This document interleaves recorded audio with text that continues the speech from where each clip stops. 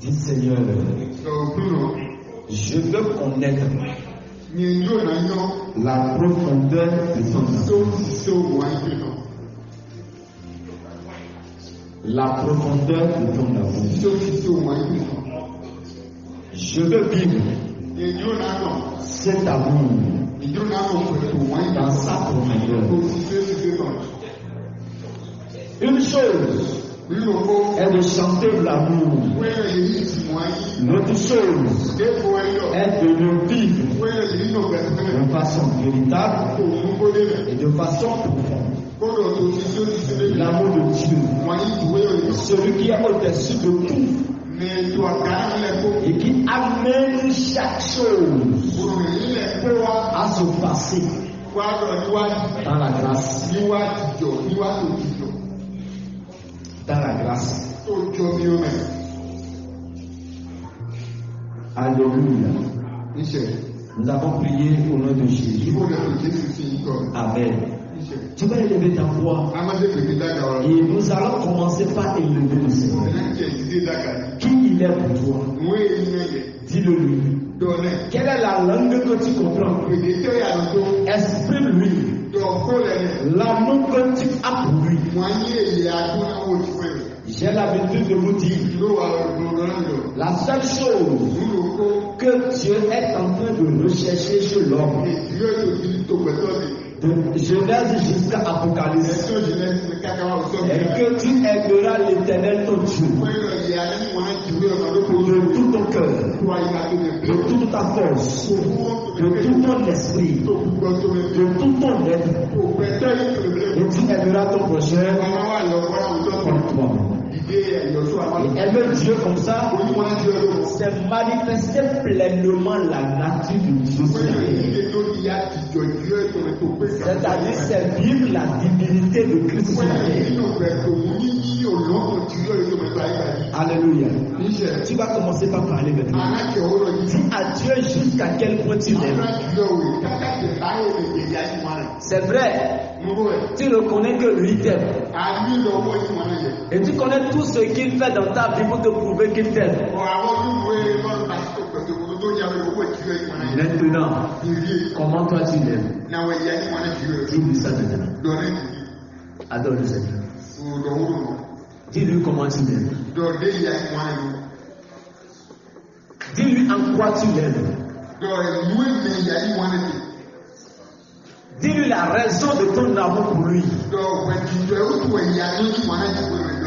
Dis-lui pourquoi tu l'aimes. Depuis quand tu as commencé à l'aimer. Et qu'est-ce qui prouve que tu l'aimes? Comment tu lui manifestes ton amour?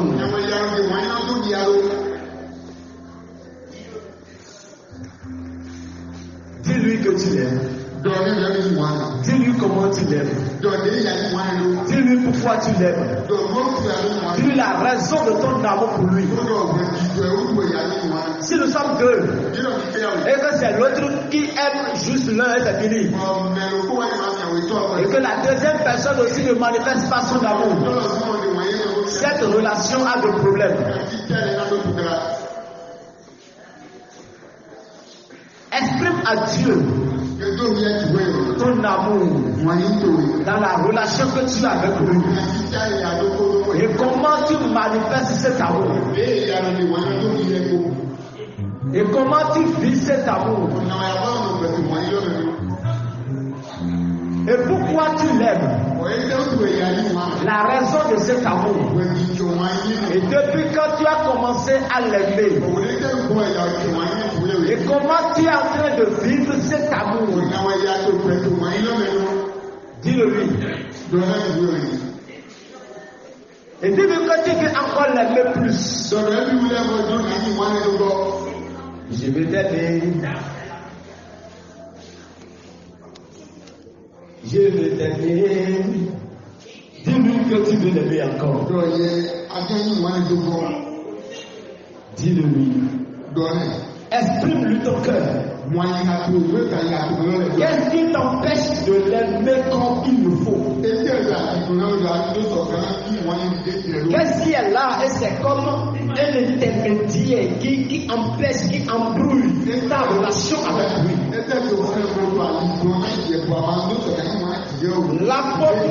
L'apôtre Paul a dit aux Romains, rien ne peut me séparer de l'amour de Dieu manifesté en Christ Jésus.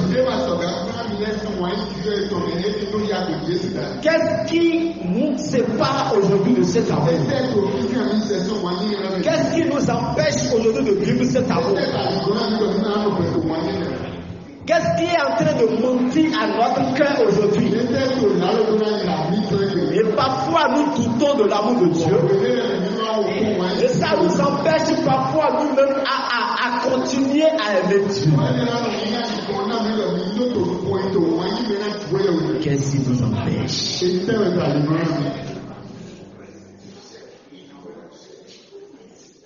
Nous avons adoré au nom de Jésus. Amen. Papa, nous voulons te dire merci pour cette adoration franche que nous venons de faire en réfléchissant sur ton amour et en réfléchissant sur comment nous aussi nous t'aimons. Et ça peut nous amener à diagnostiquer est-ce que vraiment nous t'aimons.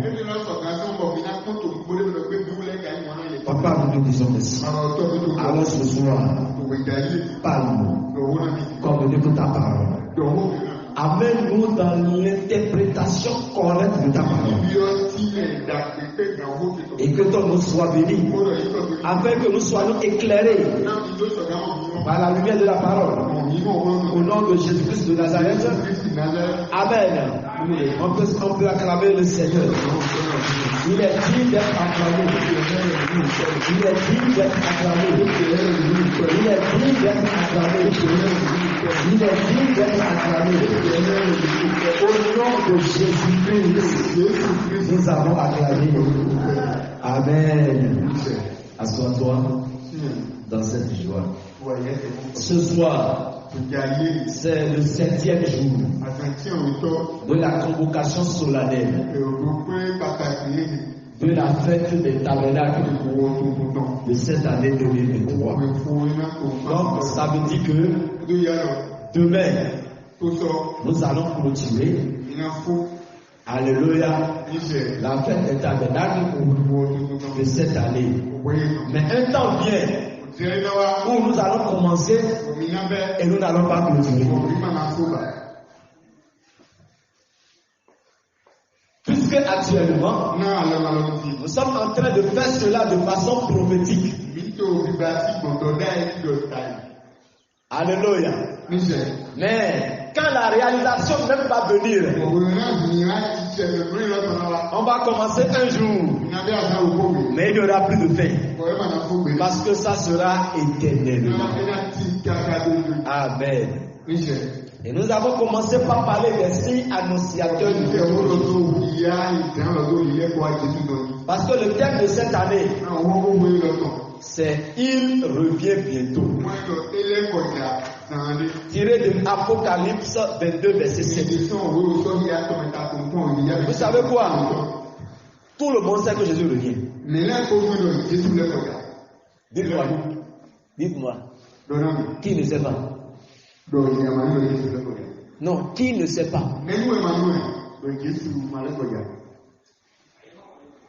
Tout le monde sait que Jésus revient. Mais le problème est...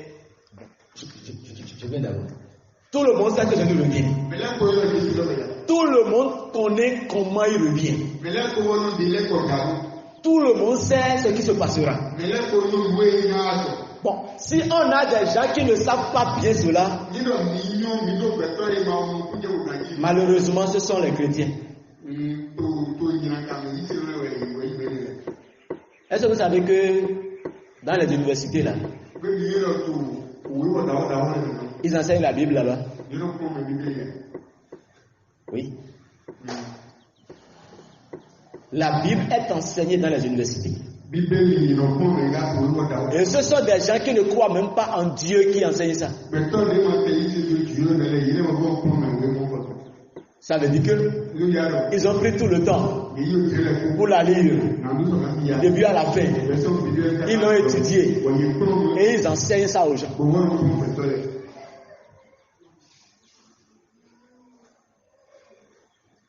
Et le danger qu'on court, c'est que ceux qui ne sont même pas des chrétiens, ils connaissent notre Bible plus que nous.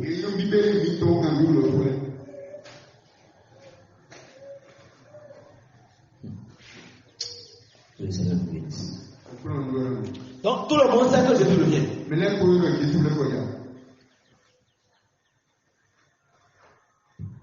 Mais Jésus, parlant de son retour, a donné des signes qui vont marquer, qui vont prouver et qui vont démontrer le temps et les temps qui vont devancer son arrivée. Et pourquoi il a pris le temps de faire tout ça? Et de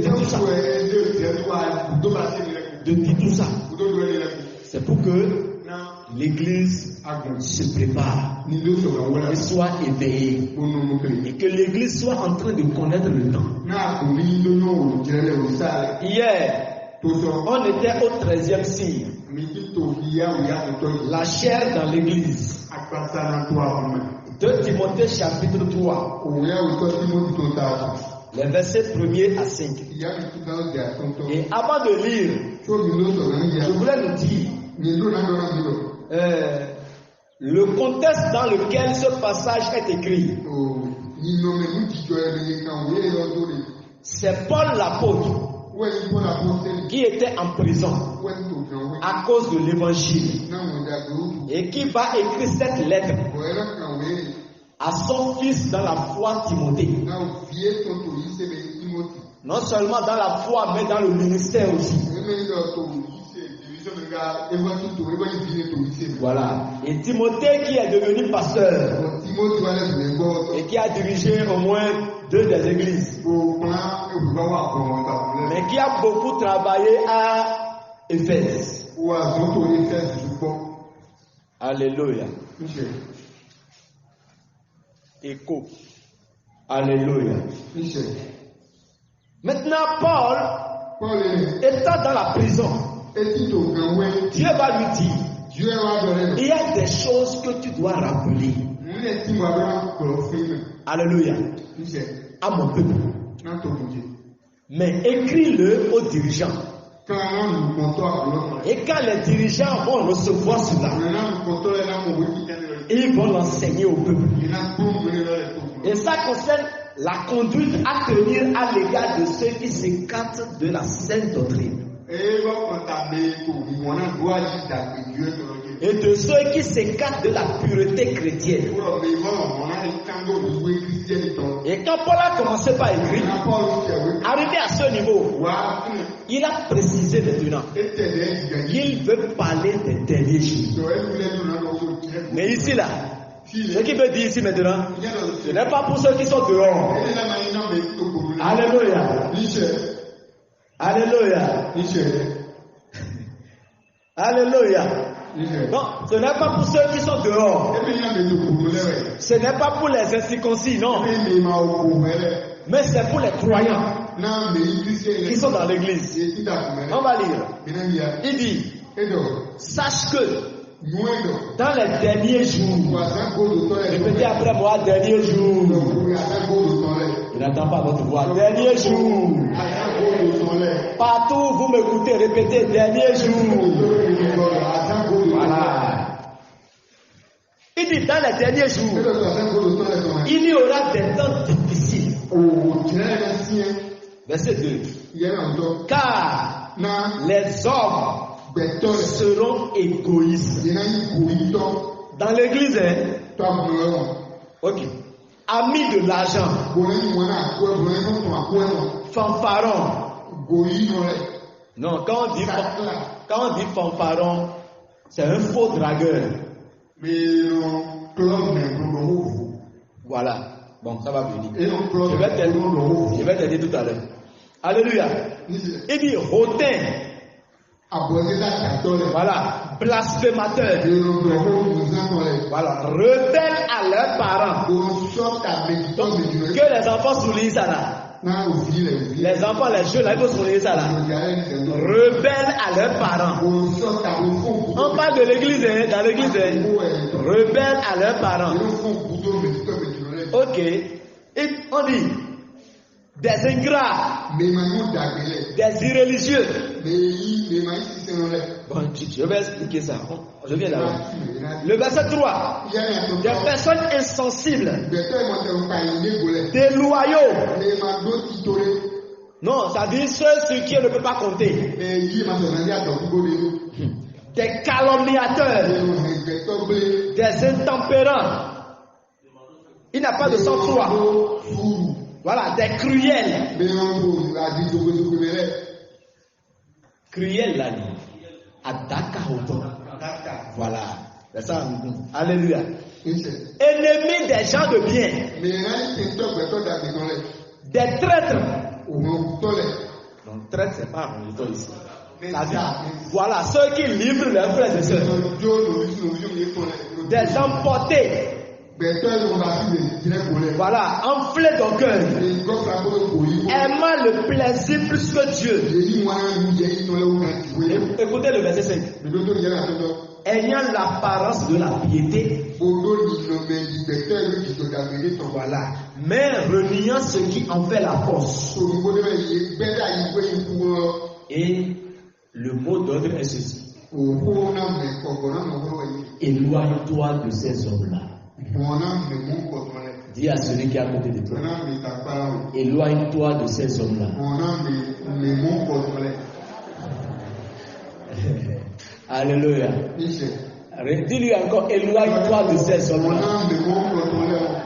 Là où tu es, s'il n'y a personne à côté de toi, dis toi-même, je dois m'éloigner de ces hommes-là. Ok, maintenant j'ai une question. Si on te demande, on me demande de nous éloigner de ces hommes-là, et si nous-mêmes nous étions un de ces hommes?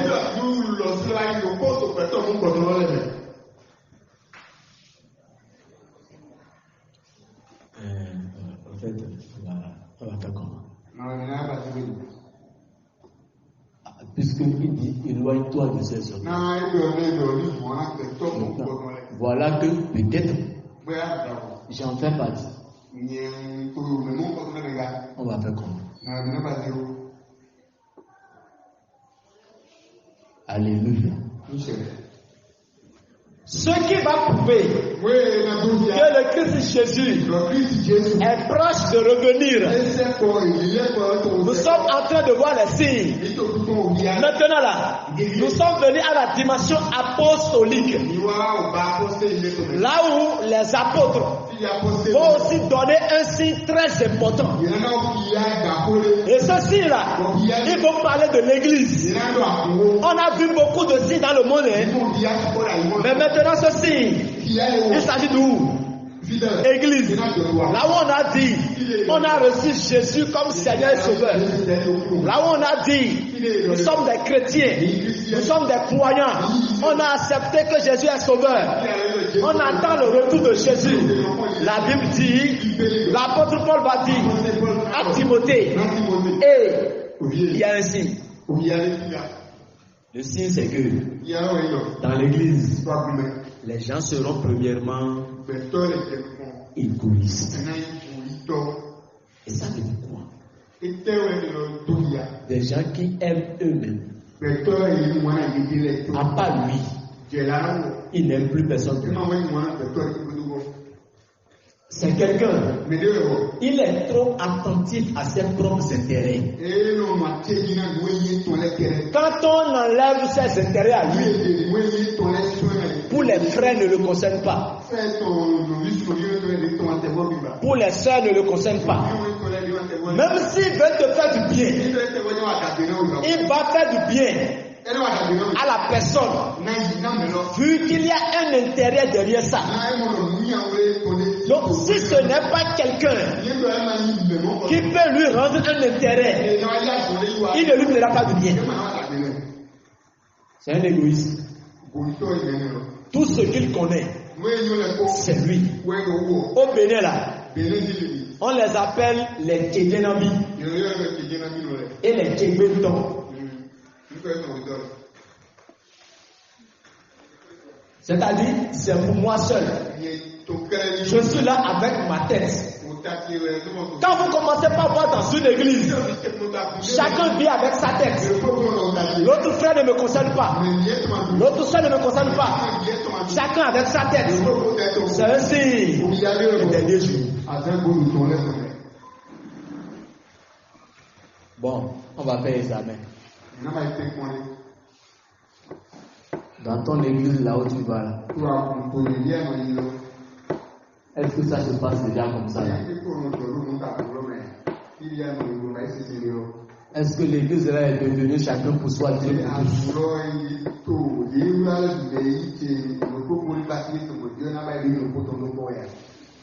Alléluia. En tel enseigne que quand le culte finit là, chacun avec sa tête. On le voit. L'autre frère a un problème, l'autre a une situation, il y a un sujet, ça ne me concerne pas. Je vais à l'église avec ma tête, je ressens avec ma tête. L'apôtre Paul dit, deuxième chose, dans l'église, ils seront des fanfarons. Des fanfarons. Ce sont des vagabonds. Vagabonds. Ok, des voyous. Voilà. Lui seul dans l'église là. Oh. Il sort avec Y. Il sort avec Z. Il sort avec P.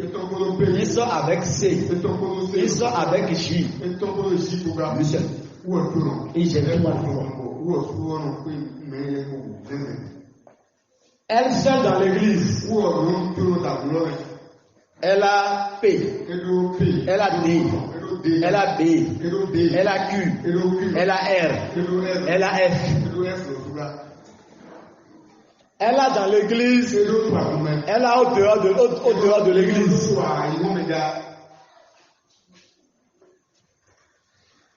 Et ce sont souvent des prétendants vides.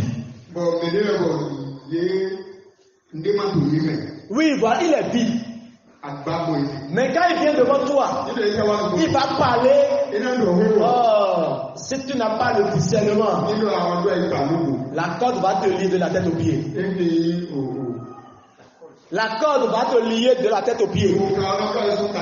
Et tu vas le suivre comme Lazare ressuscité dans l'étagère. L'apôtre Paul dit, dans l'église, dans les derniers jours, on aura les hautains. Ceux qui se montrent au-dessus des autres. Oh non, eux-mêmes là, ils connaissent mon histoire dans cette église-là. Eux-mêmes savent qui je suis dans cette église-là. D'ailleurs, qui est né de nouveau avant moi, ou bien dans cette église-là. Non, eux-mêmes là, ils connaissent mon poids. Bon, tu as quel poids? Si on met un conteneur de 40 pieds sur le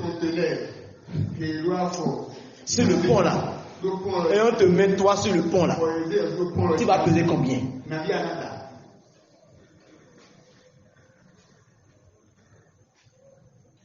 Les hautains, c'est ceux qui pensent surpasser les autres.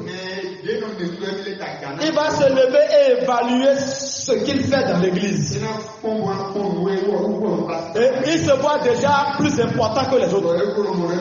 Il travaille plus que tout le monde. Donc quand on dit l'argent là, eux-mêmes savent que c'est nous qui donnons.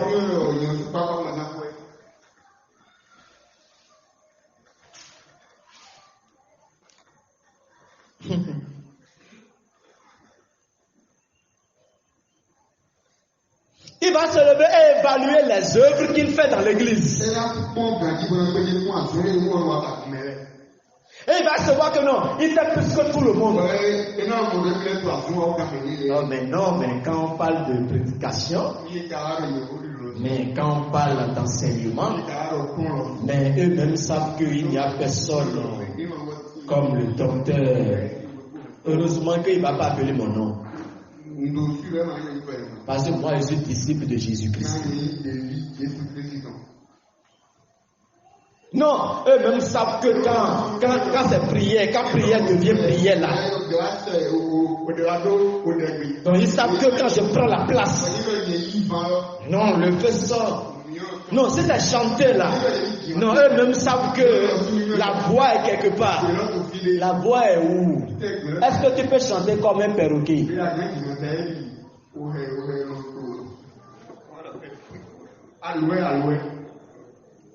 Tu peux pas. Nous pensons faire quoi? Plus que dire. Les hautains. Et ça les amène à mépriser les autres. Ils se voient plus importants que l'autre. Ce que l'autre peut dire n'est pas trop important. Oh non, bon, ce que toi tu l'as, il faut le dire ça. Alléluia. Ah bon?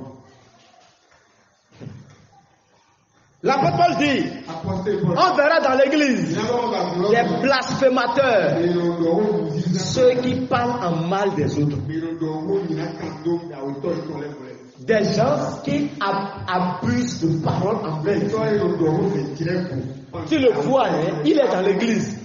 Il veut parler à quelqu'un qui est plus grand que lui. Et il ramène la personne au sol. Il marche dessus lui. Parfois, ils ne connaissent même pas la valeur des serviteurs de Dieu.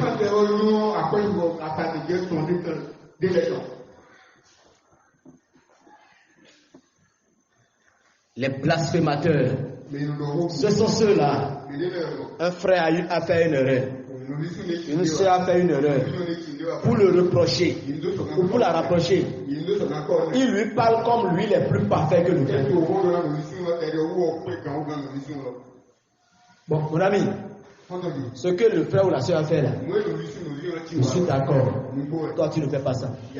Mais je vais te souffler dans les oreilles que toi, tu as une autre erreur qui est égale à son erreur et qui peut être aussi plus grave que son erreur.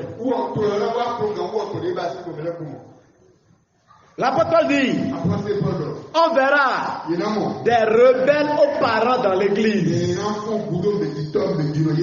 des enfants qui vont se rebeller contre leurs parents.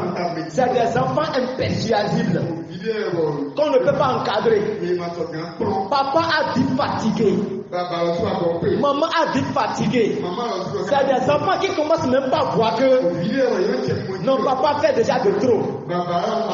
Ou bien c'est parce que c'est lui qui fait ma contribution. Ou bien c'est parce que c'est lui qui me donne à manger. Ou bien il pense que... Hi. Hello. You games with the fire. Vous vous amusez avec le feu.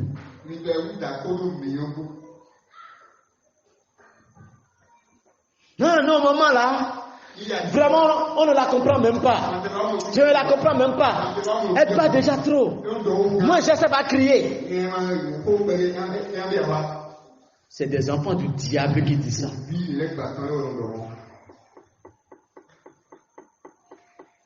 On va les voir dans les églises les derniers jours. Donc si tu es un enfant ici, si tu es un jeune, et que tu es de cette portion, la repentance t'interpelle ici ce soir.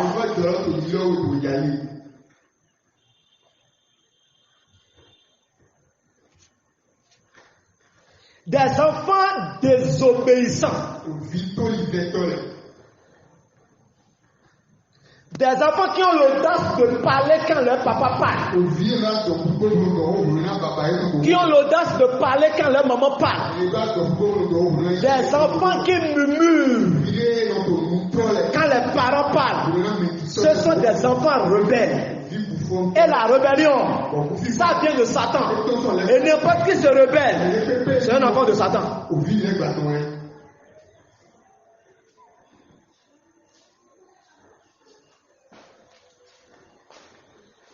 Des enfants récalcitrants.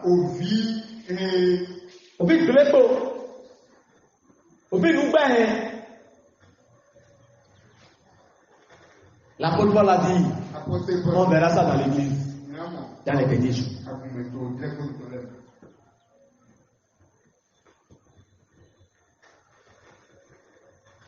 C'est-à-dire, des enfants qu'on ne peut pas. On a éduqué fatigué. On lui a dit, on a dit la même chose. On a répété la même chose. On a dit la même chose. On a répété.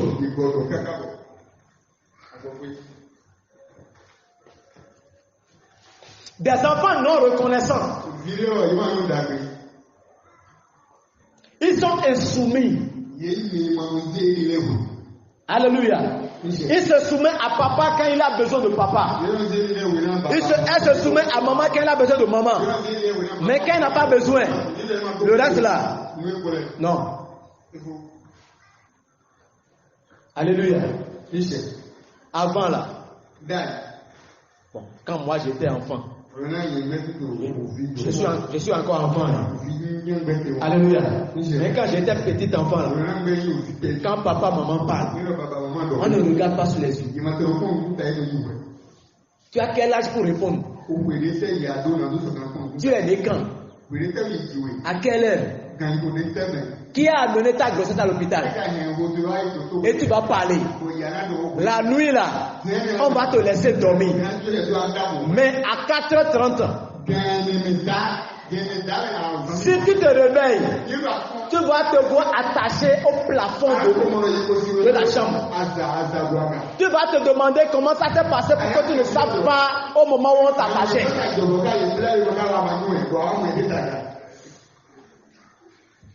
Et la fête va commencer.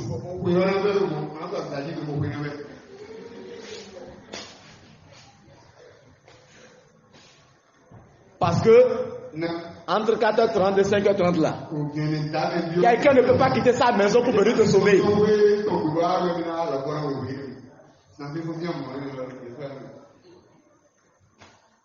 Mais aujourd'hui, on voit des enfants insoumis. Papa parle, il fait l'épaule. Maman parle, il murmure. Des enfants rebelles. Je prie ce soir pour tout jeune et tout enfant qui m'écoute ici ce soir, que le Saint-Esprit entre dans ton cœur et opère la délivrance afin que tu puisses quitter la rébellion. Pourquoi?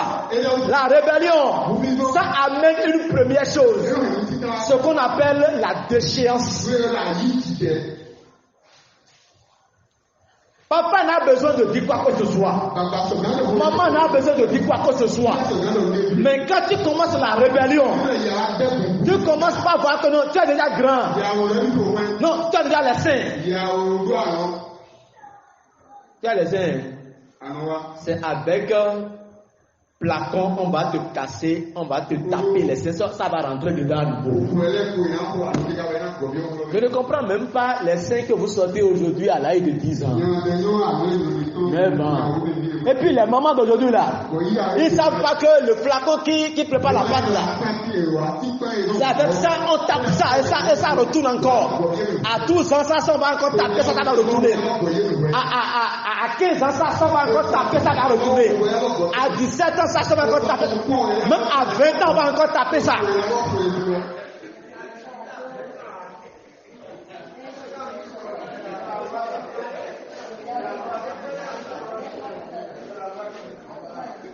Alléluia. Et puis, quand ça sort comme ça là, vous devenez poupée. Oui, voilà. Vous devenez n'importe quoi. Et puis, vous pensez que la jeunesse a commencé. Tu es jeune fille. Tu n'es pas encore jeune fille. Il faut avoir 30 ans pour être jeune fille.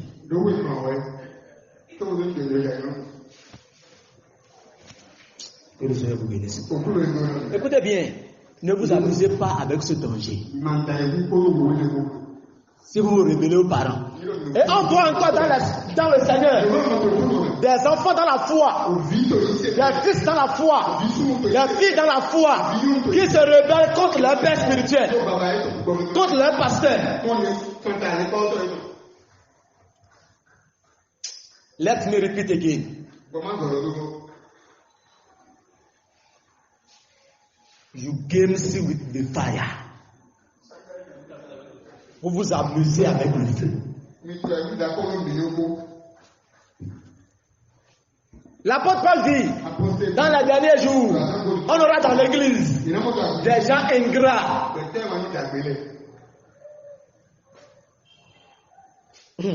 Des gens qui ne sont pas reconnaissants. Le serviteur de Dieu qui a tellement prié pour lui, tellement jeûné pour sa vie. Quand ça commence par marcher, il commence par faire l'épaule. Et puis, vous savez, c'est maintenant, il va voir que non, lui n'a pas d'onction. C'est maintenant, il a vu Bishop a onction à la télévision. Maintenant, il a vu le pasteur qui crie bien sur Internet. Et c'est lui suit maintenant. Il faut finir de le suivre. On t'attend ici au Bénin. Cette ingratitude amène aujourd'hui beaucoup de croyants. Quand tu lui demandes qui est ton père spirituel, non, la Bible a dit n'appelez personne père. Tu te trompes. Jésus, Dieu incarné dans le corps, il a réservé la place à un père. L'apôtre Pierre a réclamé Marc comme son fils dans le Seigneur. L'apôtre Paul a dit aux Corinthiens, il est le père. Quand tu vois d'autres, qui est ton père spirituel? Benny Hinn, Tibi Joshua. Benny Hinn, c'est un homme de Dieu. Tibi Joshua. Bon. Dernièrement, là, tu l'as vu quand? Il ne l'a jamais rencontré. Il ne l'a jamais vu. Il n'a jamais travaillé avec lui. Il n'a jamais parlé avec lui. C'est son père à la télé.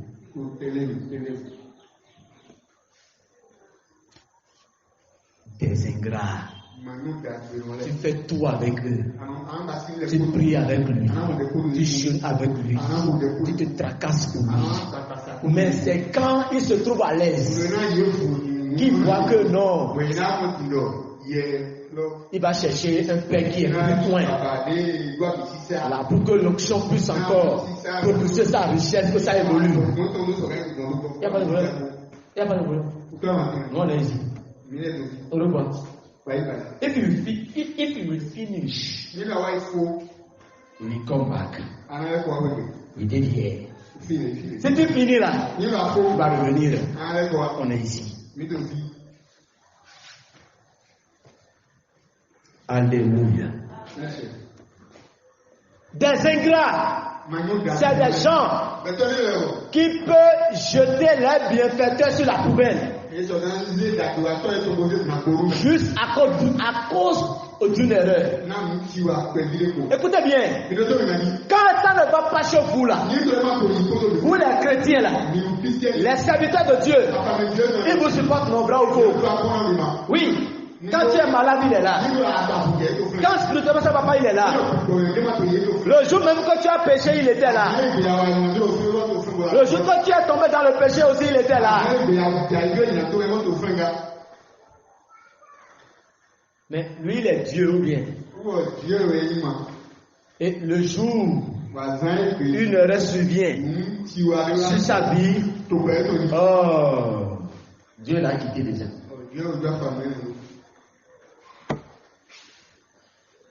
Que le Seigneur vous bénisse. L'apôtre Paul dit, on aura des irréligieux. Ce sont des gens malsains, des impies. Ils sont mauvais dans le cœur, mais ils sont dans l'église. Mais dans le cœur, ils sont mauvais. L'apôtre Paul dit, on verra des gens insensibles. Ils n'ont pas d'affection naturelle. Ils sont inhumains. Ils n'ont pas de tendresse. Ils peuvent regarder des frères et sœurs mourir à côté d'eux. Ça ne lui dit rien. L'apôtre Paul a dit, on verra dans l'église, dans les derniers jours. Des gens déloyaux. Ça veut dire c'est quelqu'un qui est infidèle. Mais il cache sa vraie face. Quand on dit un déloyau là, c'est quelqu'un qui marche avec toi, qui rit avec toi, qui mange avec toi, qui fait tout avec toi. Mais dans son cœur, il sait qu'il n'est pas avec toi. Et c'est quelqu'un, quand il est à tes côtés, il calcule toujours tes erreurs. Il analyse tes erreurs.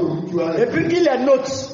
C'est pas dans le but de t'aider à les corriger. C'est pas dans le but de t'amener à la raison, mais c'est dans le but de les utiliser un jour pour se révéler contre toi. Des déloyaux. On ne peut pas avoir confiance en lui jusqu'à la fin. L'apôtre Paul a dit, on les verra dans l'église, dans les derniers jours. Je suis toujours dans 2 Timothée 3. Voilà, actuellement là. Je suis au verset 3. L'apôtre Paul dit, on verra les calomniateurs, les accusateurs, les diffameurs, c'est-à-dire ceux qui ne connaissent pas sur le frère, ceux qui ne connaissent pas sur la sœur, il va commencer par raconter. C'est des chrétiens dans l'église, c'est des frères et sœurs, mais qui vont se donner le libre travail. Ça veut dire leur travail là, c'est de critiquer la sœur là, c'est de critiquer le frère là, c'est de dire tout ce qui est sur elle. La manière dont elle s'habille là, c'est quoi même? C'est quelle jeune fille? Elle se vend même. Elle se vend. Bon. C'est toi qui as acheté ça une fois, non? Alléluia. Ou bien elle a vendu ça à ton papa.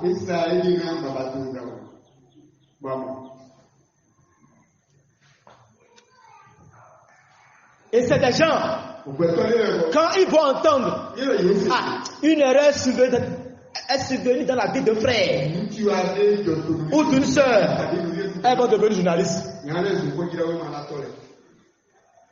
Si elle va acheter taille, tu es au courant. Si elle va acheter quand tu es au courant. Si elle va acheter TTD, tu es au courant. Si elle va acheter Abiola, tu es au courant. Que le Seigneur délivre son église de cette vie. Pourquoi? Être un calomniateur, c'est s'opposer à Dieu et travailler pour le diable. Parce que c'est lui qu'on appelle le calomniateur, l'accusateur des frères et de Dieu. Les intempérants. Lui n'a pas de sang-froid. Il est toujours chaud. Il crie toujours. Il est toujours en colère. Il est immodéré. Il est cruel. Des gens sauvages. Des gens féroces. Ils seront prêts même à se battre dans l'église. Ennemis des gens de bien. Ce sont ceux-là, eux-mêmes là, ils ne veulent rien faire pour l'évolution de l'église. Mais ils vont encore empêcher ceux qui veulent faire ça. Ils vont critiquer ceux qui veulent faire ça. Ils vont décourager ceux qui veulent faire ça. Les traîtres. Maintenant, ceux qui font, ils vont livrer les frères et sœurs. Ce sont ceux qui dénoncent. Dans l'église de Christ, on doit se protéger. On ne doit pas se dénoncer. Des emportés, ce sont des imprudents, des gens irréfléchis, des enflés d'orgueil, ce sont ceux qui sont fiers d'eux-mêmes. Et leur fierté est comme un aveuglement dans leur vie. Ils sont autosuffisants. Non, il n'a besoin de personne. Il n'a besoin de personne. Il est autosuffisant. Lui là, personne ne l'aime. Lui aussi ne peut pas aider quelqu'un. Que chacun reste dans son coin. Il y a un chanteur récemment au Bénin qui a chanté. Il a dit, mais il faut régler le problème ton. Que chacun règle son problème. Et puis la fois passée, lui-même avec sa voiture, au Carrefour Sacré-Cœur, il a une panne. Et il est descendu de la voiture maintenant. Et les citoyens l'ont vu. Ah, c'est toi. Ah, si c'est toi là. Mais il faut régler le problème ton. Que chacun règle son problème.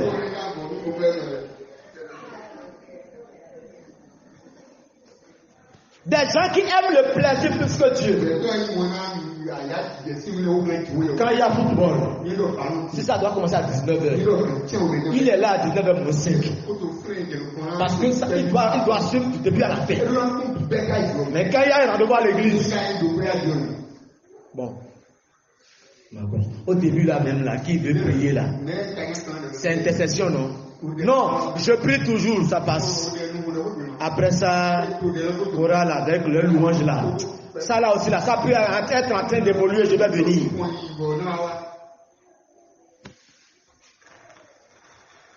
Il est toujours ponctuel. Dans ses rendez-vous, dans son travail, il est toujours ponctuel. Il est à l'heure. Voilà. Partout. Mais à l'église là, non. Quand elle veut aller au marché, si c'est 4h du matin, elle est ponctuelle. Mais à l'église, elle peut venir en retard. C'est pourquoi j'ai décidé. Personne ne me créera plus de retard. Même mon fils, je vais lui laisser partir. Et pour finir, l'apôtre Paul, il parle de ceux qui ont l'apparence de la piété. Quand tu la vois debout là, elle a toujours la tête bourrée, les oreilles bourrées. Elle est Yahweh. Elle est sainte quoi. Maman passait. Mais quand tu vas fouiller sa vie, c'est de n'importe quoi. C'est des mauvaises caractères. C'est de la méchanceté. Mais à l'église, et sur le chemin, quand tu la vois, non, la piété est là. Et l'apôtre Paul dit, dans les derniers jours, on verra tout cela dans l'église. Et pour finir, il dit à Timothée, il faut fuir ces gens-là. Alléluia. 14e signe. Je veux parler de l'internet et de l'informatique. Genèse chapitre 11. Et vous allez voir que c'est depuis là-bas l'internet et l'informatique ont commencé. Genèse chapitre 11. Le verset 1er à 9. Je lis la parole. Toute la terre avait une seule langue et les mêmes mots. Il faut souligner la langue et les mots. Quand vous allez sur internet et dans l'informatique, il y a deux objets de communication là. La langue et les mots. Les mots là, on les appelle les mots de passe. Alléluia. Verset 2. Comme ils étaient partis de l'Orient, ils trouvaient une plaine au pays de Shinéar et ils y habitaient. Le verset 3. Ils se disent l'un à l'autre, allons, faisons des briques et cuisons-les au feu. Et la brique leur servit de pierre. Et le bitume leur servit de ciment. Ils dirent encore, allons, bâtissons-nous une ville et une tour dont le sommet touche au ciel. Alléluia. Le sommet va toucher où? Au ciel. Ok. Là, eux là, ils sont bien censés. Et faisons-nous un nom. Donc, ils veulent faire ça pour se faire un nom. Ok, afin que nous ne soyons pas dispersés sur la face de toute la terre. L'Éternel descendit pour voir la ville et la tour que bâtissaient les fils des hommes. Et l'Éternel dit, voici, ils forment un seul peuple. Et ont tous une même langue. Et c'est là ce qu'ils ont entrepris. Maintenant, rien ne les empêcherait de faire tout ce qu'ils auraient projeté. Allons, descendons, et là confondons leur langage, afin qu'ils n'entendent plus la langue les uns des autres. Le verset 8. L'Éternel les dispersa loin de là sur la face de toute la terre. Et il cessa de bâtir la ville. Le verset 9. C'est pourquoi on l'appela du nom de Bab-il. Bab-il. Mais en français, vous lisez Babel. Ok. Le vrai nom c'est Bab-il. Dont le B-A-B est séparé de E-L. Alléluia. Maintenant, car c'est là que l'Éternel confondit le langage de toute la terre. Et c'est de là que l'Éternel les dispersa sur la face de toute la terre. Amen. Dites Amen. Dites Amen. L'informatique et l'Internet. Nous voyons un peuple ici conduit par un homme puissant qu'on appelle Nimrod. Nimrod a été reconnu comme le premier antéchrist de la terre. Et il a conduit ce peuple dans la construction de Bab-il. Et quand on dit Babel ou bien Bab-il, ça veut dire que la porte des cieux. Donc Dieu qui a fait les cieux là, il n'a pas fait de porte à ça. Mais Nimrod va conduire le peuple en son temps pour qu'il puisse construire une porte qui va faire entrer les hommes dans les cieux. Donc ce ne sera plus ce que Dieu a dit dans Genèse 3:15 qui va se passer. Parce que ce que Dieu a dit là-bas, là, Dieu a dit que la postérité de la femme écrasera la tête du serpent. Alléluia. Donc Jésus va venir et écraser les œuvres du diable et pour réconcilier les hommes avec Dieu. Mais Nimrod et son peuple, eux, ils ont dit, on veut construire une porte pour entrer au ciel. Amen. Mais je vais vous dire que ça a commencé depuis le jardin d'Éden. L'informatique et l'Internet. Suivez-moi maintenant. Dans Genèse 2, versets 7 et 15, nous voyons la première intelligence que l'homme a eue. Genèse 2, verset 7. La Bible dit ceci. L'Éternel Dieu forma l'homme de la poussière de la terre. Il souffla dans ses narines un souffle de vie. Et l'homme devint un être vivant. Une âme vivante. Ça veut dire quoi? Les facultés qui doivent fonctionner dans l'âme ont commencé. On appelle ça l'intelligence naturelle. L'intelligence que Dieu a donnée à l'homme.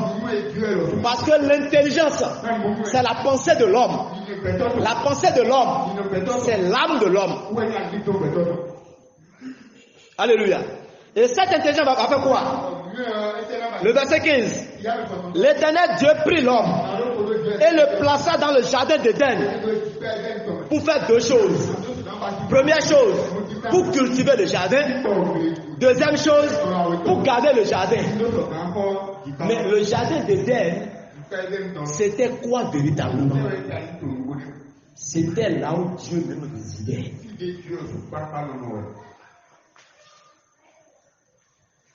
Alléluia. Le jardin d'Éden, c'était le lieu où Dieu prenait plaisir à rester.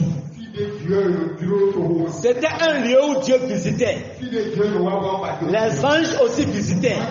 L'autre nom du jardin d'Éden, c'est exactement le ciel sur la terre.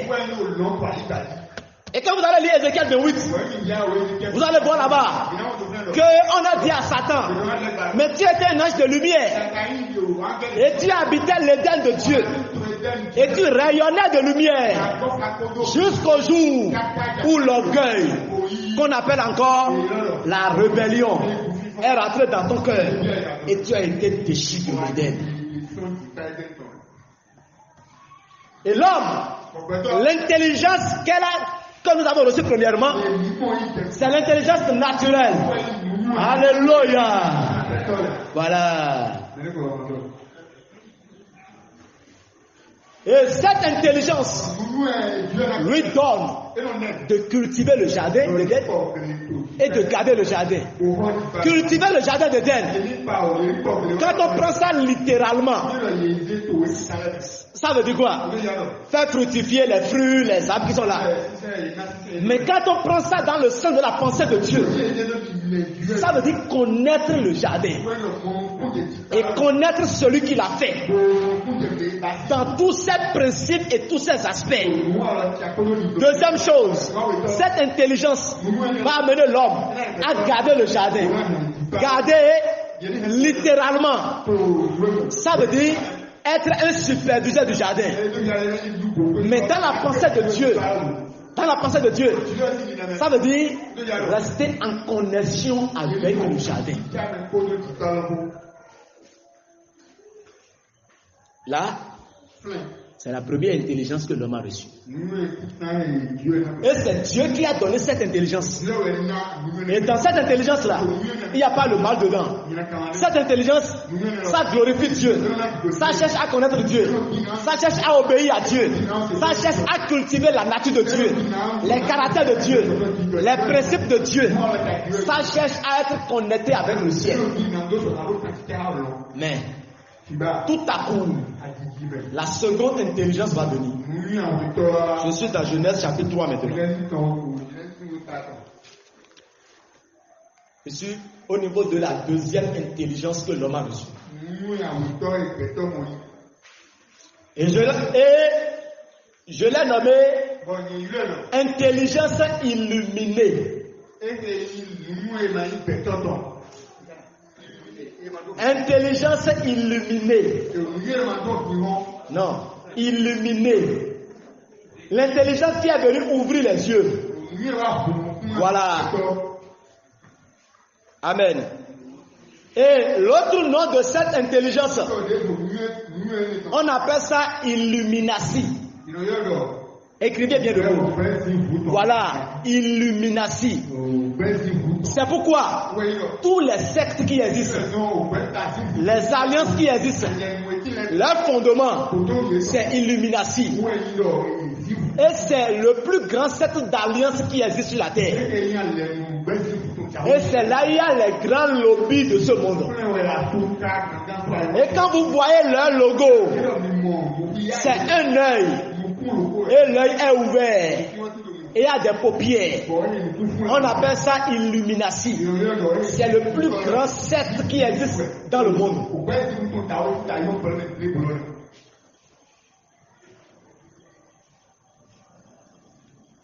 Bon, c'est pourquoi quand moi je vois des confessions religieuses qui prennent ceci, ceci, d'un œil ouvert, et qui dit qu'ils sont en train d'adorer Dieu là. Ah, il y a à revoir. Alléluia. Cela amène l'homme à connaître le bien et le mal. Genèse chapitre 3, versets 4 à 6. C'est Satan qui est venu communiquer cette intelligence à l'homme. Genèse 3, versets 4 à 6. Je suis en train de parler sur l'internet et l'informatique. La Bible dit, alors le serpent dit à la femme, vous ne mourrez point. Le verset 5. Mais Dieu sait que le jour où vous en mangerez, vos yeux s'ouvriront. Le mot ouvrir qui est ici, son original a dit illuminé. Vous serez illuminé. Ça veut dire quoi? Vous allez quitter l'intelligence que Dieu vous a donnée parce qu'elle est naturelle et passer vers une autre intelligence qui est plus élevée que celle que Dieu vous a donnée. Et quand vous allez rentrer dans cette intelligence-là, ça va vous amener à égaler Dieu, à être exactement comme lui. Et ça va même vous amener à renverser Dieu et prendre sa place. Et que vous serez comme des dieux, connaissant le bien et la femme. Maintenant, regardez ce qui s'est passé ici. Au verset 6, la femme vit que l'arbre était bon à manger et agréable à la vue, et qu'il était précieux pour ouvrir l'intelligence. Pour ouvrir quoi? Pour ouvrir quoi? L'intelligence. Donc, c'est un fruit qui va ouvrir une nouvelle intelligence. Oh, les deux avaient une intelligence. L'intelligence naturelle qui a fait ce que ils sont devenus une âme vivante. Alléluia. Et pour faire quoi? Pour cultiver le jardin et garder le jardin. Même maintenant, la femme a vu que ce fruit-là est agréable pour ouvrir une nouvelle intelligence. Elle prit de son fruit et en mangea, en donnant aussi à son mari qui était auprès d'elle, et il en mangea. Regardez le verset 7. Les yeux de l'un et de l'autre s'ouvrirent. Mais dites-moi, sur quoi leurs yeux se sont ouverts premièrement? Leur nudité. Leur nudité. Le secret du monde des esprits, c'est la nudité.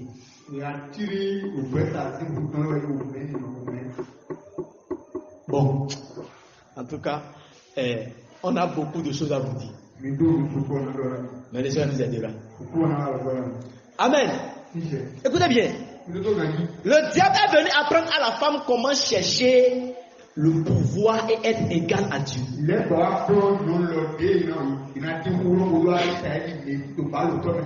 Et c'est une intelligence de la rébellion. Et cette rébellion sera plus claire dans Genèse 11 qu'on a lu tout à l'heure.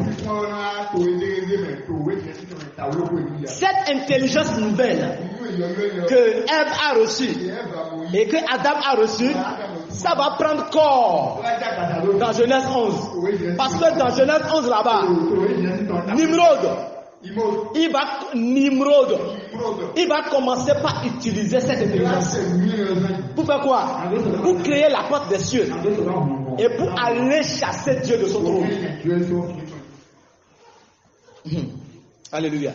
Et dans Genèse 11 là, c'est là la pensée de l'informatique et de l'internet ont commencé. Alléluia. Dieu a dit à Noé, éparpillez-vous sur la terre. Mais eux là, ils ont décidé de construire une porte pour aller s'égaler à Dieu. Mais qui est Nimrod? Genèse chapitre 10. Verset 8 à 10. Nimrod.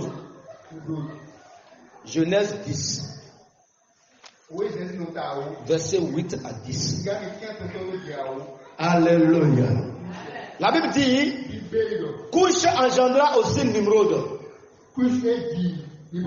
C'est lui qui commença à être puissant sur la terre. Donc en leur temps là, alléluia, en leur temps là, c'est lui qui était le puissant sur la terre. Donc c'est lui qui gouvernait tout le groupe là. Dans Shinéa, il fit un vaillant chasseur devant l'Éternel. Bon, dites-moi, devant l'Éternel là, il y a quel animal à chasser? Répondez-moi. Dieu est-il un animal? Non. Un vaillant chasseur devant l'Éternel. Il veut chasser qui? Il veut chasser l'Éternel de son poste.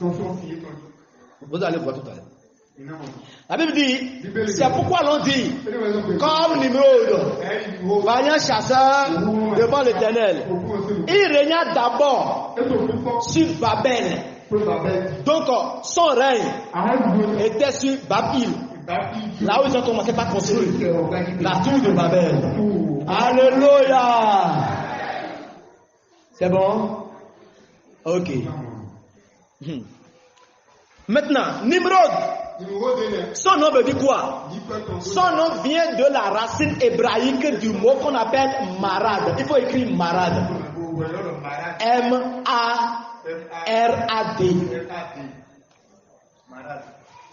Alléluia. Et marad veut dire se rebeller. Quand l'hébreu dit marad, c'est-à-dire se rebeller, nous voulons nous rebeller. Et son interprétation veut dire nous allons nous rebeller. Quand on dit Nimrod, ça veut dire nous allons nous rebeller. C'est pourquoi on l'appelle le premier antéchrist de la terre. Non, antéchrist, celui qui... Ça, ok, antichrist ou ce que tu appelles ça? Celui qui est contre Christ. Et cela veut dire encore, quand on dit marade là, cela veut dire encore chasseur de Dieu. Celui qui chasse Dieu. Amen. Il faut dire c'est grave.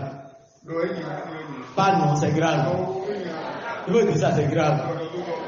Un homme que Dieu a créé, il veut chasser Dieu.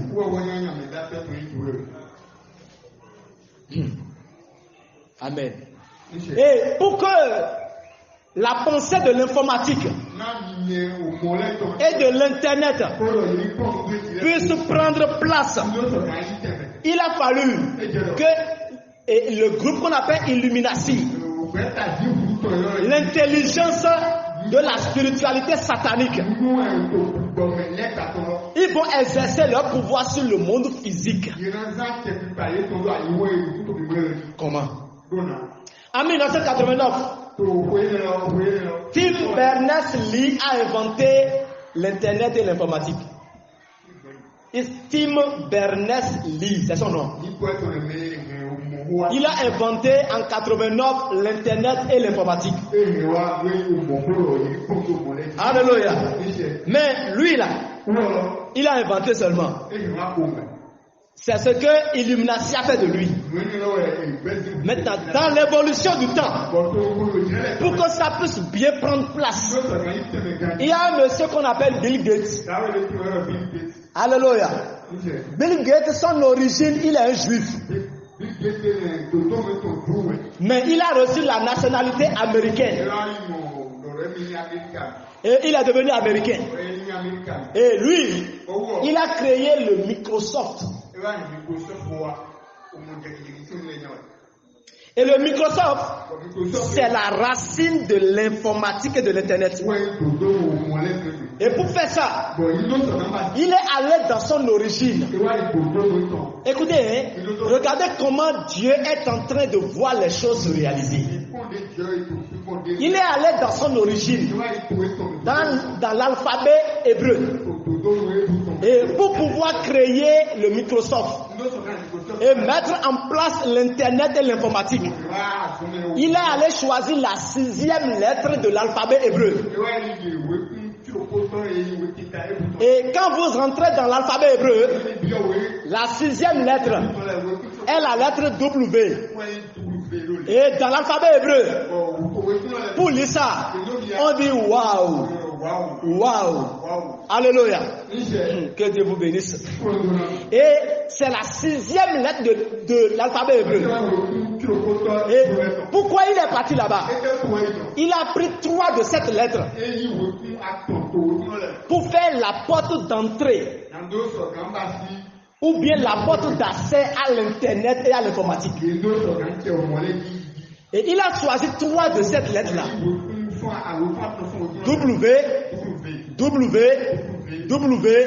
Point. Et puisque c'est la 6e lettre de l'alphabet hébraïque, chacun des 3 W représente la lettre 6.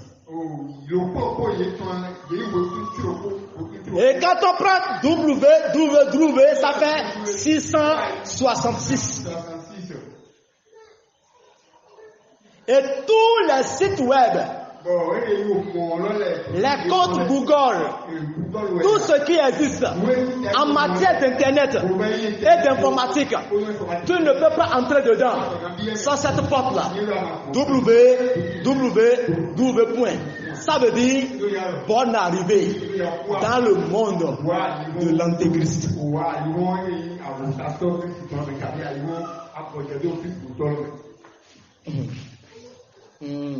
Ou bien, bonne arrivée dans le monde de ce que Nimrod a commencé.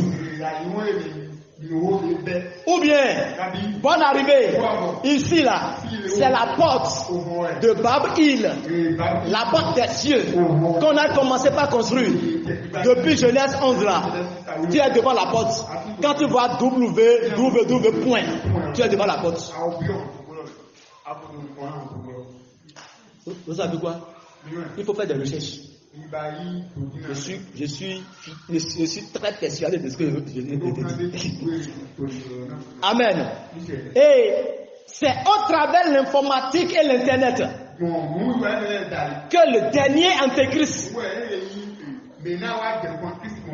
il va commencer par contrôler le monde entier depuis son siège. Et le siège n'a pas changé.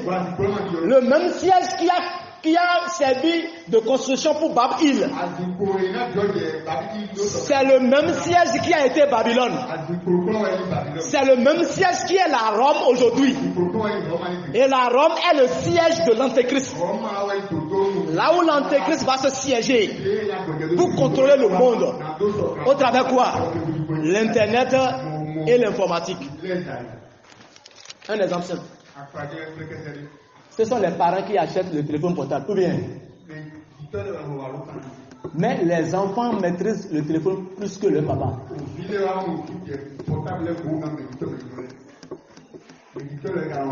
Écoutez-moi bien. Internet là, informatique là, téléphone là, ce sont des esprits. C'est des esprits qui sont cachés derrière ça, qui soutiennent ça, qui travaillent pour ça. Parce que tout travaille pour l'installation officielle de l'Antéchrist. Tout ce que nous faisons avec nos téléphones là, faut pas penser que c'est caché.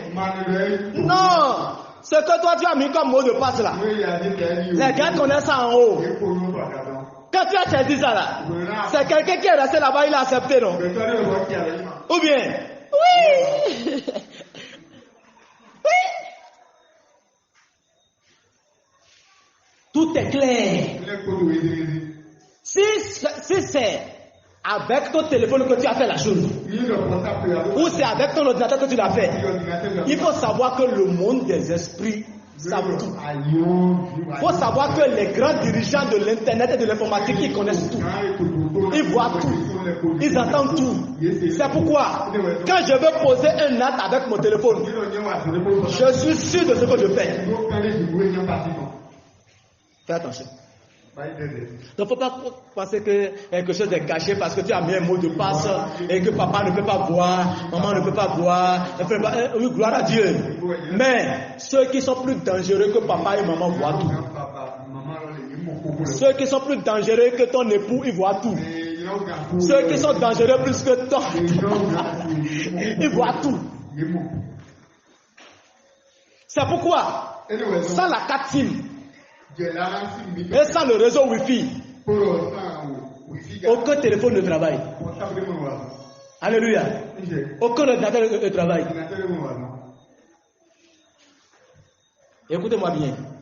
Si tu veux réécouter tous tes appels, depuis que tu as acheté ta SIM jusqu'aujourd'hui, il faut aller à PTT. Ils vont te jouer tout.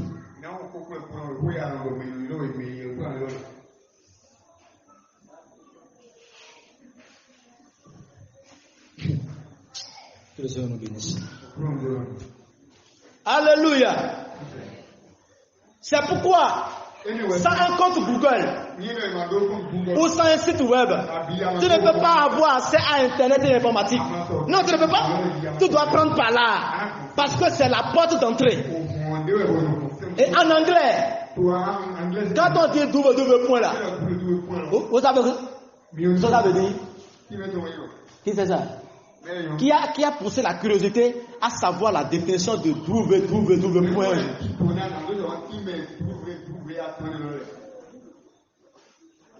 Qui a cherché ça?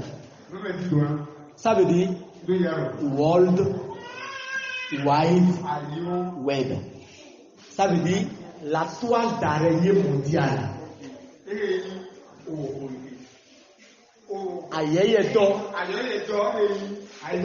Voilà. www là. En anglais. J'ai déjà dit en hébreu c'est 666. En anglais là, c'est World Wide Web, qui veut dire la toile d'araignée mondiale.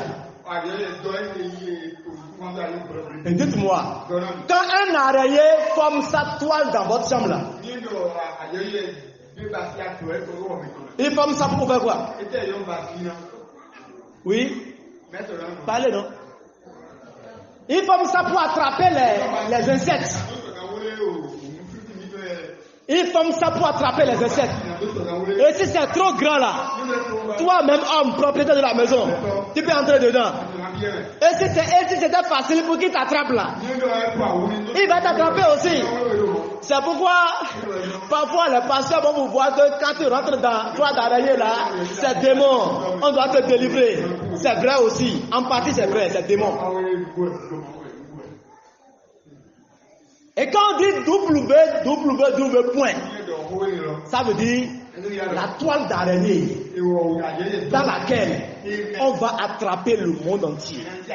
On va attraper tout l'univers. On va attraper toute l'humanité. Tous les hommes sur la terre, petits et grands. Et pour y arriver, ils ont créé des décentralisations. Facebook est une branche. WhatsApp est une branche. Tango est une branche. TikTok est une branche. Instagram est une branche. Ils ont créé des branches un peu partout. Et ces branches-là, ce sont les fils d'araignée qu'on lance. Les fils d'araignée qu'on lance. Et quand ça lance là, ça doit atteindre toute la terre. Et tout le monde va vivre sur la terre, dépendant de l'internet et de l'informatique.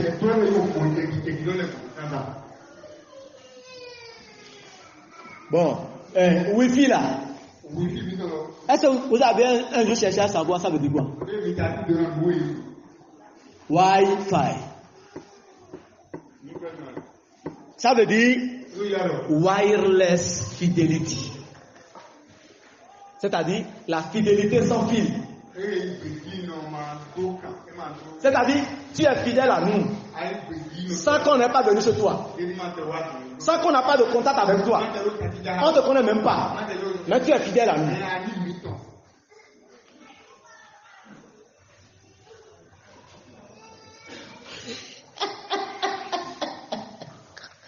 Alléluia. Tu es notre fidèle. Autrement dit, tu es notre agoubi. Alléluia. Sans qu'on n'a pas de contact avec toi, on ne te connaît même pas. Mais de loin, on te connaît. On connaît ta photo. On connaît tout ce que tu fais. C'est entre nos deux jambes là que tu fabriques tout ce que tu fais. Tu es fidèle à nous. Sans qu'on n'a pas de contact, de lien physique avec toi. C'est ça, Wi-Fi.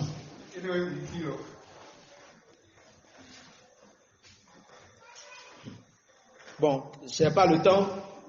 Sinon, je vais vous parler de Charles Babbage qui a créé le premier ordinateur. Et je vais vous dire l'idée qu'il a émettre pour créer le premier ordinateur. Parce qu'il a appelé ça ENIAC, qui veut dire Electrical Numerical Integrator and Calculator. C'est le premier nom qu'il a donné au premier ordinateur. Je n'ai pas le temps, sinon je vais encore aller là et vous détailler ça. Le diable a tout programmé. Vous savez quoi? Nos enfants sont possédés par un démon. Ce démon-là a deux noms. La télévision et le téléphone portable.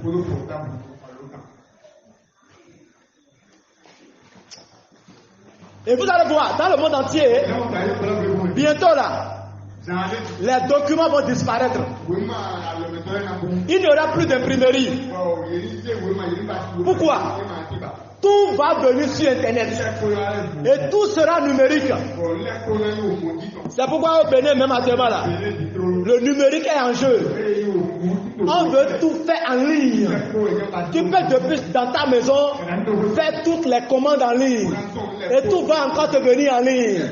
C'est la programmation, de la préparation, de l'antéchrist, pour qu'il puisse prendre en charge tout le monde, mettre tout dans sa toile d'araignée. Et c'est à ce moment que l'église dort. Attends, qu'est-ce que l'église doit faire avec cet internet-là? Qu'est-ce que l'église doit faire avec l'informatique? L'église doit en profiter pour annoncer l'évangile. Mais est-ce qu'on le fait avec? Réponds toi-même. Vous allez voir, aujourd'hui là, nous sommes possédés par nos téléphones portables. Le téléphone portable est comme notre Dieu, c'est comme notre épouse, c'est comme notre mari. Je vous dis la vérité, quand tu rencontres un homme, le lendemain matin, qui est totalement triste, ou bien une fille qui est triste, tellement triste, il faut lui demander, il a quoi? Il va te dire, hier soir, il a perdu son téléphone portable.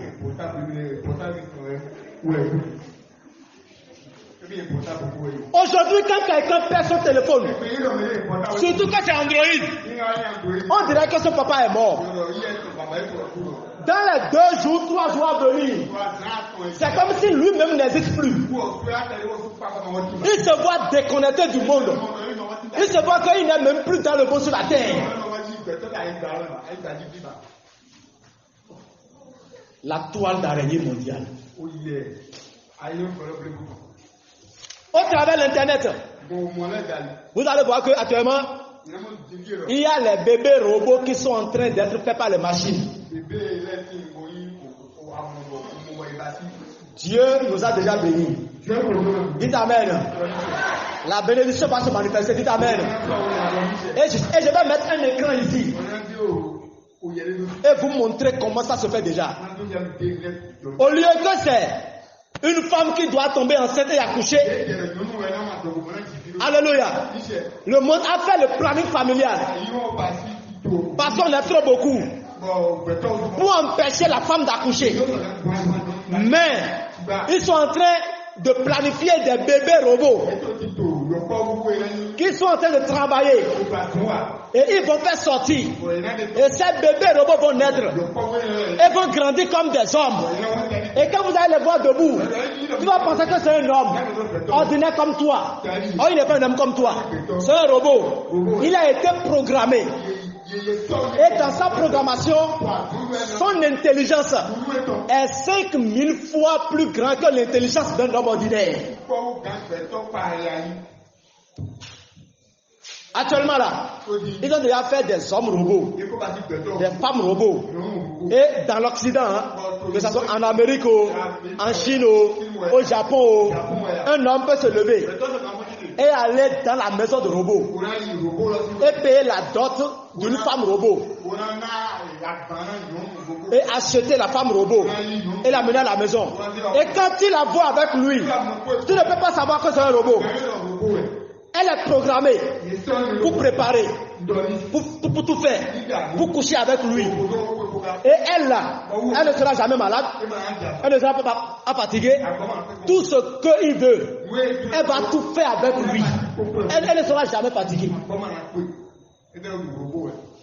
C'est un robot. Et ça détruit déjà les mariages et les couples en Europe. Une femme se lève et va dans la maison de robot et achète un homme robot et l'amène à la mairie et se marie avec lui. J'ai les images. Je vais vous montrer ça.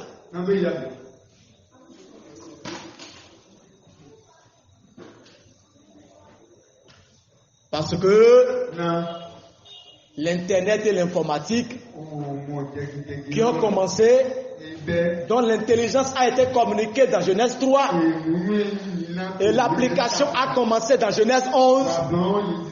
Ils veulent utiliser ça pour dire aussi que nous-mêmes là, c'est pas Dieu seul qui peut créer un homme. Nous-mêmes là, on peut créer un homme, on a créé un homme. Et d'abord, son intelligence est plus élevée que ce que l'homme que Dieu lui a créé. Pour finir, je vais te parler de la puce électronique. La puce électronique. Oui, puce.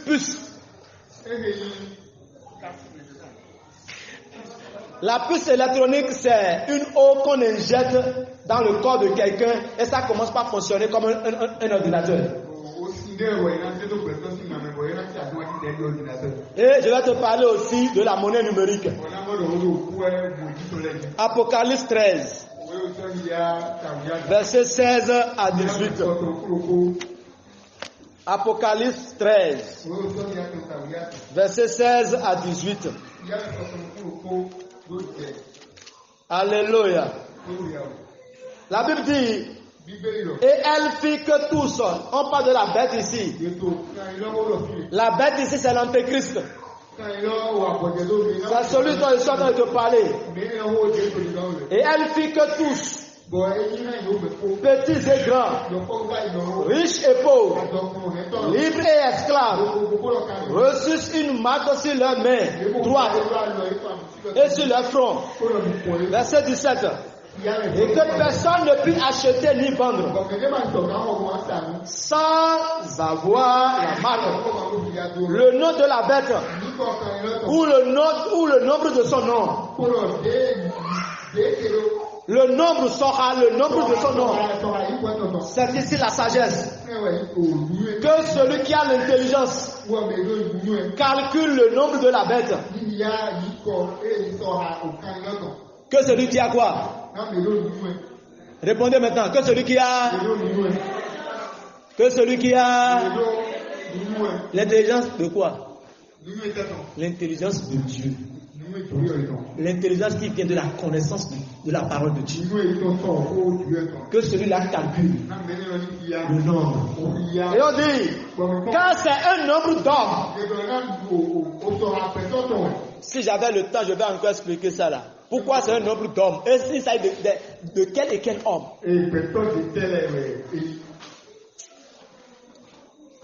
The time they lose my minister. En tout cas, on y va. On y. Le nombre est de 666. La puce électronique et la monnaie numérique. Actuellement là, nous sommes déjà dans cette préparation. Alléluia. Quand vous ouvrez votre téléphone, vous allez voir, là où on met la SIM là, il y a des barres en or qui sont là. C'est la puce. C'est la puce. Et quand vous prenez aussi votre SIM, la partie en or ou bien en diamant, en bronze là, c'est ça la puce. Et ça connecte le téléphone et la SIM. Alors quand ça connecte les deux choses, le réseau mobile que tu utilises et maintenant l'internet, l'informatique, ils vont se connecter. La batterie que tu mets dedans aussi a 3 barres. Les 3 barres là, c'est la puce qui vont, par un courant, va alimenter le téléphone pour mettre le téléphone en contact avec le réseau mobile et la direction informatique, c'est-à-dire et la maison de l'Antéchrist. Bon, et ils vont commencer par utiliser les airs. Ce sont les esprits des principautés qui sont en bas de ça.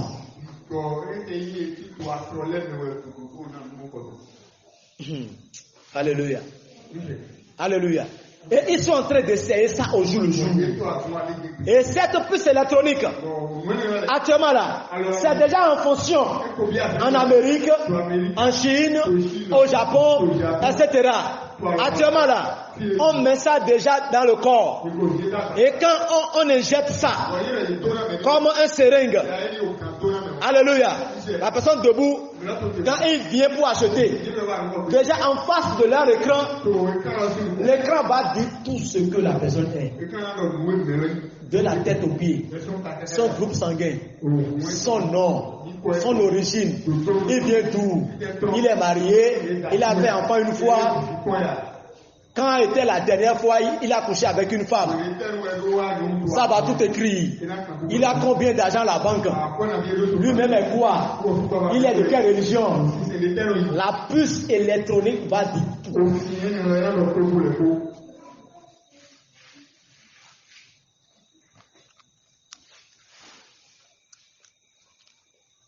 Et Bill Gates, il voulait faire l'essai avec sa maison là-bas. Et ils ont envoyé l'épidémie de choses là. Qui est passé là. Amen. Maintenant, pour voir si on peut essayer avec les bassins. Mais parce que l'église est encore sur la terre, ça ne peut pas marcher. Mais église, qu'est-ce que tu fais de ce temps-là? Nous faisons quoi? La monnaie numérique, c'est déjà un jeu. Il dit ici que personne ne pourra acheter sans avoir le signe. Ça veut dire quoi? On va ramasser l'argent billet là et tout. L'argent sera seulement numérique. Et les essais se font aujourd'hui déjà par les transactions. Par les transactions. Le temps va venir où tu n'auras plus besoin d'aller vers un agent MTN et prendre de l'argent. Il n'y aura même plus besoin de carte. Tu vas là-bas seulement. Si c'est à ta main, si c'est à la main droite, tu donnes la main et puis tu achètes. Et on enlève l'argent de ton sang. Et tu pars. C'est tout. Et c'est fini. Ah, vous savez pas? Ordinateur, ils utilisent notre sang. Depuis que le téléphone portable les hommes ont commencé par utiliser ça. C'est depuis lors que l'anémie a commencé par prendre de taux. Pourquoi? Nos téléphones portables, surtout les téléphones intelligents Android, ils épuisent nos sangs. Ils utilisent le sang. Pour finir, Matthieu 24, verset 30-31.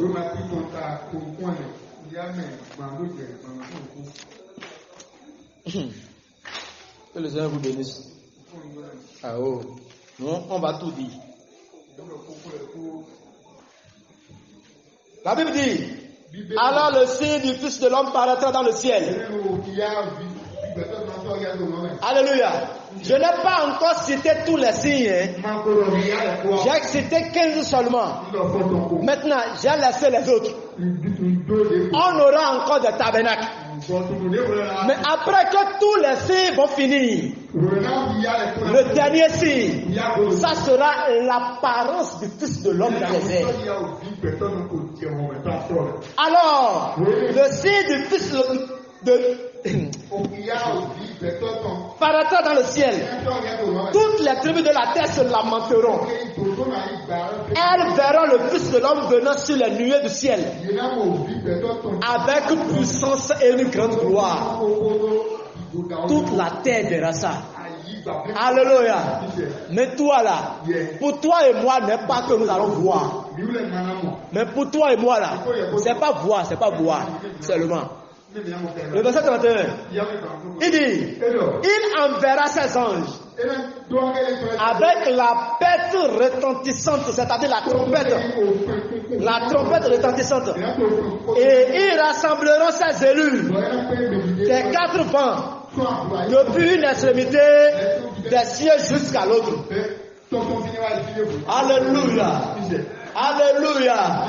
À ceci là, nous là, non seulement nous allons le voir, mais la trompette des anges va sonner. Et l'Esprit de Dieu dans ton cœur va entendre ça et va nous enlever. Et nous allons le raconter dans les airs. En ce moment-là, quand nous irons le raconter là-bas, les habitants de la terre, ils sont en train de pleurer. Ce qu'ils ont dit là, ça c'est réalisé. Tu vivras cela. Tu vivras cela. Tu vivras cela. Je n'ai pas dit d'abandonner l'internet ou l'informatique.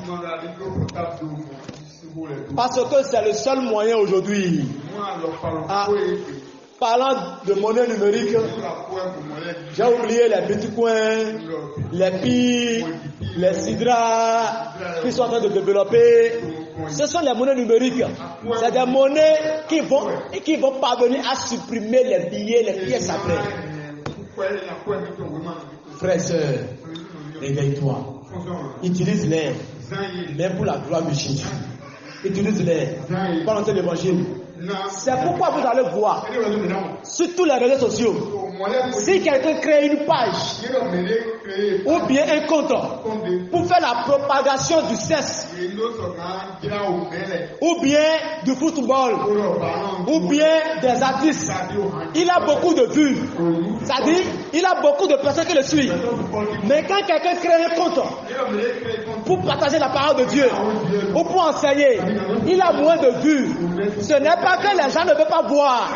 Ceux qui sont dans la maison là-bas, qui sont en train de contrôler, ils savent ceux qu'ils vont promettre et ils savent ceux qui vont limiter.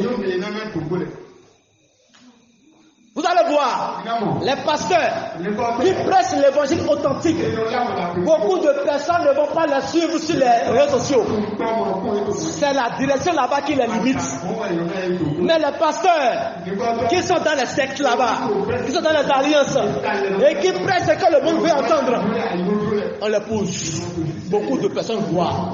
Il y a des gens que tu vas vouloir suivre, que tu ne pourras pas suivre sur les réseaux sociaux. Pourquoi? Ce qu'il fait sur les réseaux là, n'arrange pas l'antéchrist. Ça n'arrange pas la direction. Que le Seigneur vous bénisse. Baisse ta tête et parle.